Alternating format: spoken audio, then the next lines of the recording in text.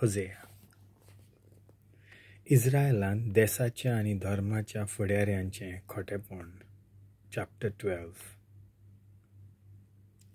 एफ्रायम आपल्या फोटींनी म्हाका वेदो घालता आनी इस्रायलाचें घोराणें आपलें फसवणें.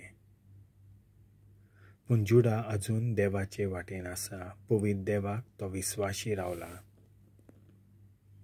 एफ्रायम आपल्या जेवणाक वारें घेता, उदेंतीच्या वाऱ्या फाटल्यान दिसभर तो धांवता.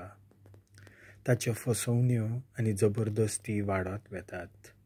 असिरिये कडेन कबलात करतात आनी दुसरे वाटेन इजिप्ताक जैतुनांचें तेल धाडटात. जाकोबाचेर आनी एफ्रायमाचेर आड. इस्रायलाचेर विरुद्ध सर्वेस्पराचो तक्रार आसा. जाकोबाक ताचे वागणुके प्रमाणें तो शिक्षा लायतलो आनी ताच्या कुडण्यांक फावो तसली ताका मजुरी दितलो. कुसव्यान ताणें आपल्या भावाक जिखून घेतलो आनी जाणटो जातूच ताणें देवा कडेन लढाई केली.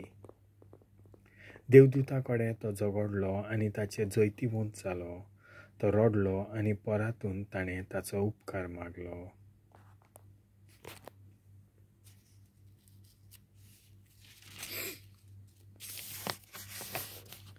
मागीर बेथेलांत तो ताका मेळ्ळो आनी थंय देव आमचे कडेन उलयलो.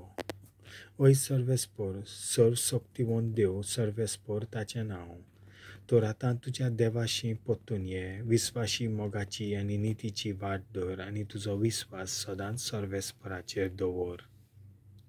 खोट्यो तागड्यो वापरता तसलो वेपारी तो फटोवन चोरूंक ताका एकदम बरें दिसता. एफ्रायम म्हणटा, कितलो म्हूण गिरेस्त जाला हांवें खूब गिरेस्तकाय जमयल्या आनी जमयल्ले गिरेस्तकायेन कोणाकूच कसलीच चूक व पातक मेळचें ना. शांती संदान. पूण इजिप्तांत तुमी आसल्यात तेदना थावन हांव सर्वेस्पर तुमचो देव. जमातीच्या दिसांनी घडलें तशें आनीक एक फावट हांव तुमकां तंबुनी जेयेशी कोत्तलों. हांव प्रवाद्यां वरवीं उलयतलों, एकार एक दर्शनां वाडयतलों आनी प्रवाद्यां उदेशी वेपारींनी जायतें कळीत कोत्तलों. नव्यो धमकावण्यो. जिल्यांत खोटेपणांत रोंबलोलो आसा, वय तांकां आनी कसलेंच मोल ना. गिलगालाक तीं बैलांक योद्न भेटयतात. देखून तांच्यो वेदी तास घाल्ल्या शेतांतल्या फातरांच्या राशी सारक्यो जाल्यात. जाकोब आरामाच्या मोळांनी पळून गेलो. थंय आपणाक एक बायल जोडून घेवंक इस्रायलान चाकराचो वावर केलो. एक बायल जोडून घेवंक ताणें शेल्यांची राखण केली.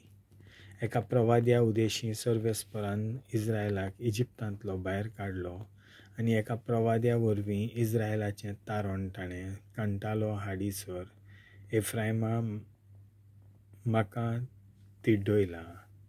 ताणें विकरायिल्लें रगत सर्वेस्पर ताका भुजोवचें कोत्तलो ताणें निंदा केली, तर ताचो दोनी ताका फारीक कोत्तलो. देवाचें उतर हें.